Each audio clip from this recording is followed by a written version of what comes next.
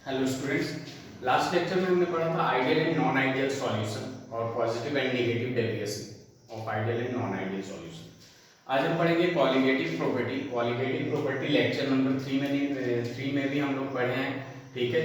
Relative lowering of vapour pressure, ठीक है। तो सबसे पहले हम कॉलिगेटिव प्रॉपर्टी को डिफाइन करते हैं। कॉलिगेटिव प्रॉपर्टी देखिए क्या होता है, जो नंबर ऑफ सॉल्यूट पार्टिकल्स पे डिपेंड करता है, ठीक है। नंबर ऑफ सॉल्यूट पार्टिकल्स पे डिपेंड करता है, वो सॉल्यूट के नेचर पे डिपेंड नहीं करता, ठीक है। तो यहाँ देखिए definition, those property of dilute solution which depends on number of solute particles and not on nature of solute particle. Solute particle के नेचर पे डिपेंड नहीं करता है, किस पे डिपेंड करता है, नंबर ऑफ सॉल्यूट पार्टिकल्स पे डिपेंड करता है। उसे क्या कहते हैं, कॉलिगेटिव प्रॉपर्टी कहते हैं। यहाँ कॉलिगेटिव प्रॉपर्टी अपने पास चार है। सबसे पहला जो है आपके पास relative lowering of vapor pressure, relative lowering of vapor pressure।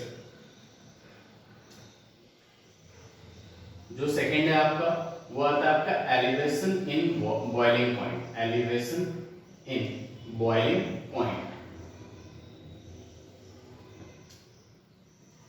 Third जो कॉलिगेटिव प्रॉपर्टी है आपका, वो है freezing in depression in freezing point, depression and freezing point. ये दोनों सेम है, आज हम बस कवर करेंगे elevation in boiling point. And the fourth one is osmotic pressure. Fourth one क्या आपका, ऑस्मोटिक प्रेशर। देखिए हमने पहला तो पढ़ लिया है relative lowering in vapour pressure में, relative lowering of vapour pressure या फिर relative lowering in vapour pressure की जब बात करते हैं, ठीक है। तो यहाँ हमने पढ़ लिया है, इसका एक फॉर्मूला भी मैंने निकाला था, P naught A minus P A upon P naught A is equal to zeta solute, ठीक है। ये जो जेटा सॉल्यूट है, इसी पे ये क्या है आपका, मोल फ्रैक्शन ऑफ सॉल्यूट। क्या है आपका, मोल फ्रैक्शन ऑफ सॉल्यूट। तो इसके बारे में हमने डिस्कस कर लिया है, ठीक है। लेक्चर नंबर 3 अगर आप लोग देखेंगे तो इसमें पता चल जाएगा relative lowering in vapour pressure. हमने वहाँ क्वेश्चन भी दिया था और समझाया भी था, फिर भी मैं यहाँ बता देता हूँ। पी नॉट ए का मतलब क्या हो गया, pure vapour pressure of A. A का मतलब vapour pressure of solution, pure vapour pressure of A. और फिर यहाँ क्या आ जाएगा आपका, एक्स सॉल्यूट जेटा सॉल्यूट यानी मोल फ्रैक्शन ऑफ सॉल्यूट। आज हम सेकंड कॉलिगेटिव प्रॉपर्टी पढ़ेंगे, जो कि है आपका एलिवेशन इन बॉइलिंग पॉइंट, ठीक है। क्या पढ़ेंगे हम, elevation in boiling point, boiling point. देखिए क्या होता है कि जब कोई नॉन वोलेटाइल सॉल्यूट ऐड करते हैं, ठीक है, जब नॉन वोलेटाइल सॉल्यूट ऐड करते हैं तो जो वेपर प्रेशर ऑफ सॉल्यूशन बनता है, ठीक है, जो वेपर प्रेशर ऑफ सॉल्यूशन बनता है वो कम होता है as compare to vapour pressure of solvent, ठीक है। तो एलिवेशन इन बॉइलिंग पॉइंट यहाँ जब हम पढ़ते हैं तो यहाँ देखिए क्या होता है कि सॉल्यूशन जो होता है उसमें हम सबसे पहले क्या ऐड कर रहे हैं, non volatile solute, non volatile solute, ठीक है। तो यहाँ पे क्या होगा, जब नॉन वोलेटाइल सॉल्यूट ऐड करेंगे तो वीपी मतलब वेपर प्रेशर जो होगा वो डिक्रीज कर जाएगा। वेपर प्रेशर क्या होगा आपका, डिक्रीज कर जाएगा। ये सिंबल क्या शो करता है, डिक्रीज कर जाएगा। उसके बाद अगर हमें क्या करना पड़ेगा कि जो भी सॉल्वेंट है उसको अगर हमें वेपर प्रेशर में कन्वर्ट करना है तो हमें क्या करना पड़ेगा, टेम्परेचर इंक्रीज करना पड़ेगा। क्या करना पड़ेगा आपको, टेम्परेचर इंक्रीज करना पड़ेगा। और जब टेम्परेचर इंक्रीज करेंगे इसका मतलब बॉइलिंग पॉइंट भी क्या होगा आपका, इंक्रीज होगा, ठीक है। क्या होगा आपका, इंक्रीज होगा। लेक्चर नंबर 3 में आप जब देखेंगे तो उसमें क्या होगा, नॉन वोलेटाइल सॉल्यूट ऐड करते हैं एक सॉल्वेंट में, ठीक है। ऑलरेडी एक सॉल्वेंट है जो वोलेटाइल है, ठीक है, तो उसका वेपर प्रेशर ज्यादा होगा, ठीक है, वेपर प्रेशर होगा। जब नॉन वोलेटाइल ऐड करते हैं तो उसका जब वो मिक्स होता है सॉल्यूट और सॉल्वेंट, तो जो सॉल्वेंट के कुछ सरफेस पे नॉन वोलेटाइल सॉल्यूट आ जाएगा, जिसकी वजह से वेपर प्रेशर क्या हो जाएगा, कम हो जाएगा। अब यहाँ हमें क्या करना है कि सबको किसमें कन्वर्ट करना है, वेपर प्रेशर में, ठीक है। वेपर में चेंज करना है तो हमें टेम्परेचर इंक्रीज करना पड़ेगा। जब टेम्परेचर इंक्रीज करेंगे इसका मतलब क्या होगा आपका, कि बॉइलिंग पॉइंट भी क्या होगा, इंक्रीज होगा। यहाँ पे मैं एक ग्राफ बनाऊंगा जिससे और अच्छे से आप लोगों को क्लियर हो जाए। या फिर हमने पिछले लेक्चर में कैसे पढ़ा था कि ये एक वोलेटाइल सॉल्वेंट है, वोलेटाइल सॉल्वेंट है, वोलेटाइल सॉल्वेंट है, ठीक है। तो यहाँ पे क्या होगा, ये सरफेस मॉलिक्यूल होंगे वो इजीली ये आपका क्लोज है, ठीक है। ये क्या होंगे, वेपर में कन्वर्ट होंगे। अगर हम एक सॉल्यूट को मिलाते हैं, ठीक है, सॉल्यूट जो नॉन वोलेटाइल है, ठीक है, तो ये कन्वर्ट नहीं होगा, ये क्या है आपका सॉलिड है, इसमें ज्यादा टेम्परेचर देना पड़ेगा। जब इन दोनों को मिलाते हैं हम, तो सरफेस मॉलिक्यूल पे यहाँ पे इसको सपोज कर लीजिए ए हो गया और यहाँ क्या आ गया, बी आ गया। ये क्या है आपके, ये यहाँ पे बी वगैरह है। तो यहाँ पे क्या होगा कि हमें पता है कि जो वेपर में चेंज होते हैं वो सरफेस मॉलिक्यूल ही होते हैं, और कुछ सरफेस मॉलिक्यूल में क्या आ जाएंगे, नॉन वोलेटाइल आ जाएंगे, जिसकी वजह से वो वेपर में चेंज नहीं हो पाएंगे। किसमें नहीं चेंज हो पाएंगे, वेपर में चेंज नहीं हो पाएंगे। इसलिए सॉल्यूशन, ये क्या आपका सॉल्यूशन है जिसका वेपर प्रेशर क्या होगा, कम होगा। क्या होगा, कम होगा एज कंपेयर टू सॉल्वेंट, ठीक है। तो इसमें क्या करेंगे हम, टेम्परेचर इंक्रीज करेंगे, जिसकी वजह से जो नीचे रह चुका है वोलेटाइल वाला वो ऊपर जाएगा, एनर्जी गेन करके ऊपर जाएगा, उसके बाद वेपर में चेंज होगा। तो यहाँ जब टेम्परेचर इंक्रीज कर रहे हैं, यानी जो बॉइलिंग पॉइंट है वो भी इंक्रीज हो रहा है। तो अभी एक ग्राफ बनाते हैं हम, जिससे और क्लियर हो जाएगा आपको। यहाँ जो ग्राफ हमने प्लॉट किया है, ये वेपर प्रेशर वर्सेस टेम्परेचर के बीच का है, ठीक है। यहाँ देखिए क्या होता है आपका कि जो प्योर सॉल्वेंट का जो ग्राफ होता है वो ऊपर आता है और सॉल्यूशन का नीचे आता है। इसका मतलब क्या हुआ कि कम टेम्परेचर पे जो सॉल्वेंट है, ठीक है, प्योर है, वोलेटाइल है, वो ज्यादा वेपर प्रेशर देगा, ठीक है, वेपर में कन्वर्ट होगा एज कंपेयर टू सॉल्यूशन, क्योंकि जो सॉल्यूशन है उसमें नॉन वोलेटाइल सॉल्यूट भी एडेड है। क्या है आपका, नॉन वोलेटाइल सॉल्यूट, ठीक है। अब देखिए जब टेम्परेचर वेपर में चेंज होता है, हम वहां पे बॉइलिंग पॉइंट की बात करते हैं। बीपी का मतलब बॉइलिंग पॉइंट। देखिए बॉइलिंग पॉइंट क्या होता है, ये वो टेम्परेचर है जिस पे वेपर प्रेशर जो होता है वो एटमॉस्फेरिक प्रेशर के बराबर हो जाता है, ठीक है। It is the temperature at which the vapour pressure of solution becomes equal to atmospheric pressure, becomes equal to atmospheric pressure। देखिए जैसे मान लीजिए फिजिक्स में हमें पता है कि अगर हमें दो तरफ से फोर्स मिल रहा है, इधर कम है इधर ज्यादा है, ठीक है, तो अगर फोर्स लगाएंगे तो इस साइड मूव करेगा। अगर दोनों फोर्स बराबर या थोड़ा सा ज्यादा हो जाता है इस साइड वाला, ठीक है, तो ये क्या होगा, इधर मूव करना शुरू कर देगा। वैसे ही जो वेपर प्रेशर है, या तो वो इक्वल टू एटमॉस्फेरिक प्रेशर हो जाए या फिर उससे ज्यादा हो जाए, तो वो ऊपर जाने लगेगा, ठीक है। यानी उसे क्या कहते हैं हम उस टाइम पे, बॉइलिंग पॉइंट कहते हैं। बॉइलिंग पॉइंट का मतलब क्या हो गया कि चीजें जिसे हम हीट कर रहे हैं, टेम्परेचर दे रहे हैं, वो क्या हुआ आपका, कन्वर्ट होके गैस में कन्वर्ट होके ऊपर जाए, ठीक है। यानी वहां जो प्रेशर बने, वेपर प्रेशर हो, वो ऑलमोस्ट इक्वल्स टू कितने हो, एटमॉस्फेरिक प्रेशर या उससे ज्यादा, ताकि वो ऊपर जा सके, ठीक है। अब देखिए सपोज जैसे 1 atm है एटमॉस्फेरिक प्रेशर, कितना है, 1 atm है, ठीक है। तो यहाँ पे अगर हम यहाँ देखते हैं तो ये क्या आ रहा है आपका, सॉल्वेंट का यहाँ पे आ रहा है आपका T0B। और थोड़ा और आगे बढ़ाते हैं हम, सॉल्यूशन का चेक करें हम, ठीक है। इस ग्राफ को थोड़ा सा ऊपर कर देता हूँ। तो सॉल्यूशन का क्या हो रहा है, टेम्परेचर ज्यादा आ रहा है कि नहीं आपका, TB। ध्यान से देखिए यहाँ पे अगर हमारा 1 atm वेपर प्रेशर है, 1 atm वेपर प्रेशर पे टेम्परेचर क्या आ रहा है, सॉल्वेंट का कम आ रहा है एज कंपेयर टू सॉल्यूशन। क्यों, क्योंकि जो प्योर सॉल्वेंट है, वोलेटाइल है, वो कम टेम्परेचर पे ही क्या करेगा, पूरा का पूरा वेपर प्रेशर में कन्वर्ट होगा। लेकिन सॉल्यूशन का ऐसा नहीं हो रहा है, क्योंकि उसमें कुछ नॉन वोलेटाइल सॉल्यूट है, ठीक है। सॉल्यूट नॉन वोलेटाइल होने की वजह से उसमें ज्यादा टेम्परेचर देना पड़ेगा, तब जाके वो किस में कन्वर्ट होगा, वेपर प्रेशर में कन्वर्ट होगा। और इन दोनों के डिफरेंस को हम क्या कहते हैं, डेल्टा टीबी, ठीक है। इसे क्या कहते हैं हम, डेल्टा टीबी। अभी हम बताएंगे कि T0B क्या है और डेल्टा टीबी क्या है, ठीक है। तो यहाँ देखिए ये जो टीबी है वो है आपका vapour pressure, boiling point of solution, ठीक है। क्या है आपका, बॉइलिंग पॉइंट ऑफ सॉल्यूशन। और T0B जो है वो क्या है, boiling point of pure solution. तो यहाँ पे आप देखिए ये डेल्टा टीबी जो है इज इक्वल टू क्या आ जाएगा आपका, TB minus T0B। TB minus T0B जब करेंगे तो यहाँ पे क्या आएगा आपका, ये जो TB है ये क्या है, बॉइलिंग पॉइंट ऑफ सॉल्यूशन। और T0B जो है वो क्या है, boiling point of pure solvent. किसका है, प्योर सॉल्वेंट है, ठीक है। इस बात को ध्यान में रखिएगा कि ये boiling point of pure solvent है और ये बॉइलिंग पॉइंट ऑफ सॉल्यूशन है, ठीक है। तो आई होप आप लोगों को समझ में आ गया, ये सॉल्वेंट का यहाँ पे आ रहा है और ये सॉल्यूशन का यहाँ पे आ रहा है। तो ये ग्राफ भी इंपॉर्टेंट है और यहाँ से पता चल गया आप लोगों को कि delta TB is equal to, ये चेंज है, ठीक है, चेंज है। तो टीबी जो है वो क्या है, बॉइलिंग पॉइंट ऑफ सॉल्यूशन। और T0B क्या है आपका, boiling point of pure solvent, ठीक है। अब देखिए यहाँ पे एक्सपेरिमेंट ने क्या बताया, एक्सपेरिमेंट ने क्या बताया कि जो डेल्टा टीबी है, ठीक है, डेल्टा टीबी है वो डायरेक्टली प्रोपोर्शनल टू एम है, ठीक है। एक्सपेरिमेंट ने, साइंटिस्ट ने एक्सपेरिमेंट किया तो वहां डेल्टा टीबी क्या है, directly proportional to m, which is molality, क्या है आपका, मोलालिटी, ठीक है। और मोलालिटी क्या होता है आपका, number of moles of solute upon mass of solution in KG. तो यहां से क्या पता चला आपका कि डेल्टा टीबी जो है वो किस पे डिपेंड कर रहा है, आपका नंबर ऑफ सॉल्यूट पे, और नंबर ऑफ सॉल्यूट पे जो भी डिपेंड करता है उसे हम क्या कहते हैं, कॉलिगेटिव प्रॉपर्टी कहते हैं। क्या कहते हैं, कॉलिगेटिव प्रॉपर्टी कहते हैं।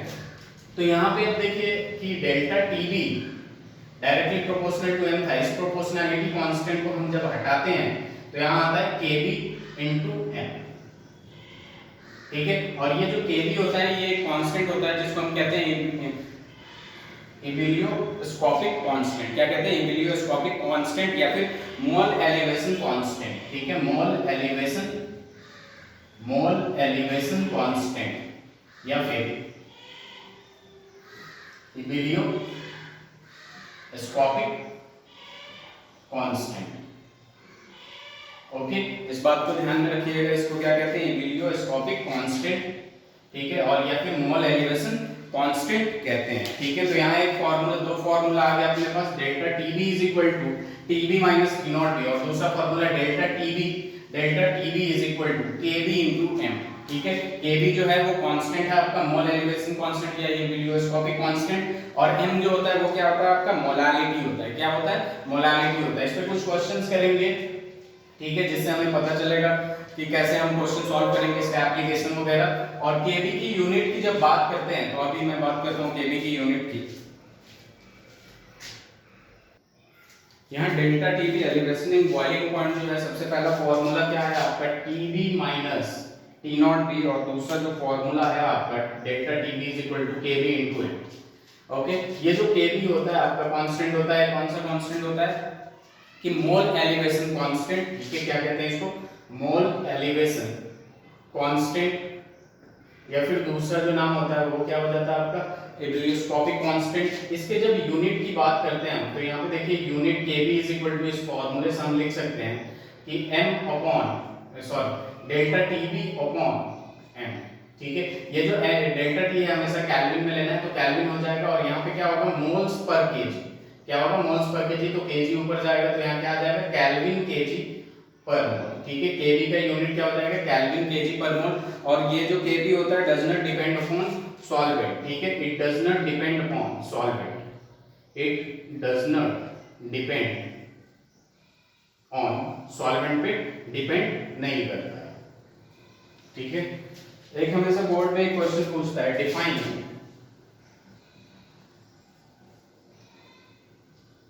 केबी, 1 केबी, या फिर हमें बस केबी डिफाइन करने को दे जाता है, जैसे कि फिजिक्स में आपको क्लास 10 में दे देता था डिफाइन 1 एम्पियर, डिफाइन 1 वोल्ट, ठीक है, define 1 joule.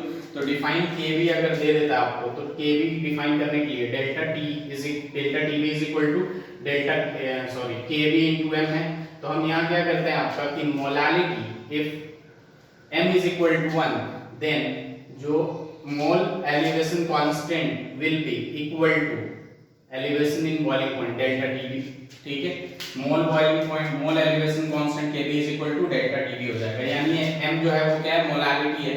If 1 mole presenting 1 kg of solvent then kb is equal to delta t, ठीक है।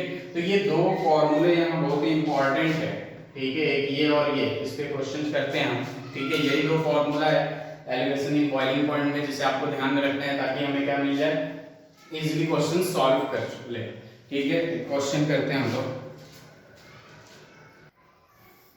ये क्वेश्चन बहुत ही आसान है, ठीक है, फॉर्मूला बेस्ड है। 18 gram of glucose is dissolved in 1 kg of water, find the boiling point of solution. Boiling point of pure water, यानी टी नॉट भी दे रखा है और केबी का भी वैल्यू दे रखा है, ठीक है। तो यहाँ पे देखिए delta T B is equal to क्या आता है, केबी इनटू एम, ठीक है।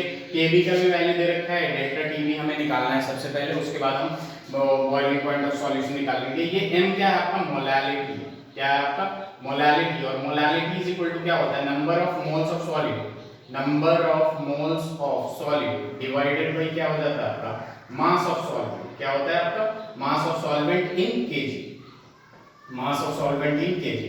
सबसे पहले हम सॉल्यूट देखें, ग्लूकोज है, ग्लूकोज का नंबर ऑफ मोल्स निकालेंगे, तो given mass upon molar mass, number of moles of glucose C6H12O6, तो ये गिवन मास 18 है, और जब यहाँ से हम इसका मोलर मास निकालते हैं तो 180 हो जाता है, तो ये कितना हो जाएगा 1/10 यानी 0.1 मोल हो गया। ठीक है, 1 मोल हो गया, यानी मोलालिटी इज इक्वल टू क्या हो जाएगा 0.1 डिवाइडेड बाय जो मास ऑफ सॉल्वेंट कितना दे रखा है 1 kg, यानी ये 0.1 मोल पर केजी आ गया। ठीक है, कितना आ गया 0.1 मोल पर केजी। अब डायरेक्ट फार्मूला पुट करते हैं, delta TB is equal to KB into M.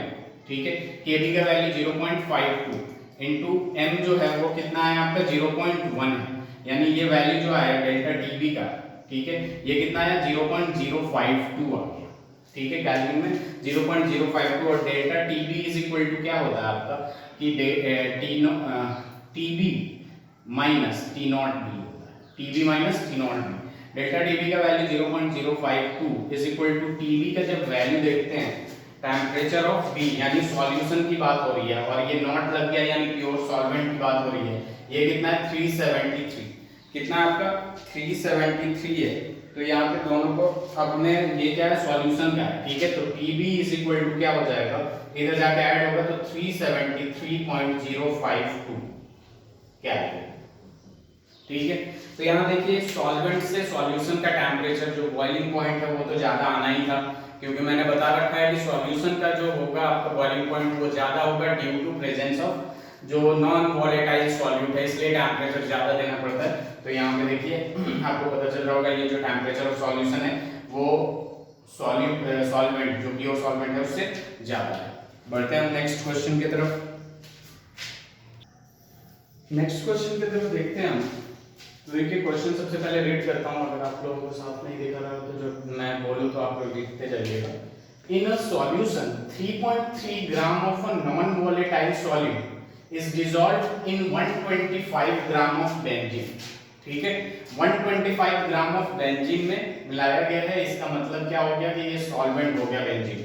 Boiling point of pure benzene दे रखा है 80 degree centigrade. The boiling point of solution is 80.66 degree centigrade. If Kb for benzene is 3.28 Kelvin kg per mole, find the molar mass of non-volatile solute. ठीक है, देखिए यहाँ पे हमारा जो पहला इक्वेशन था delta T is equal to क्या था आपका, delta Tb is equal to Tb minus T naught B.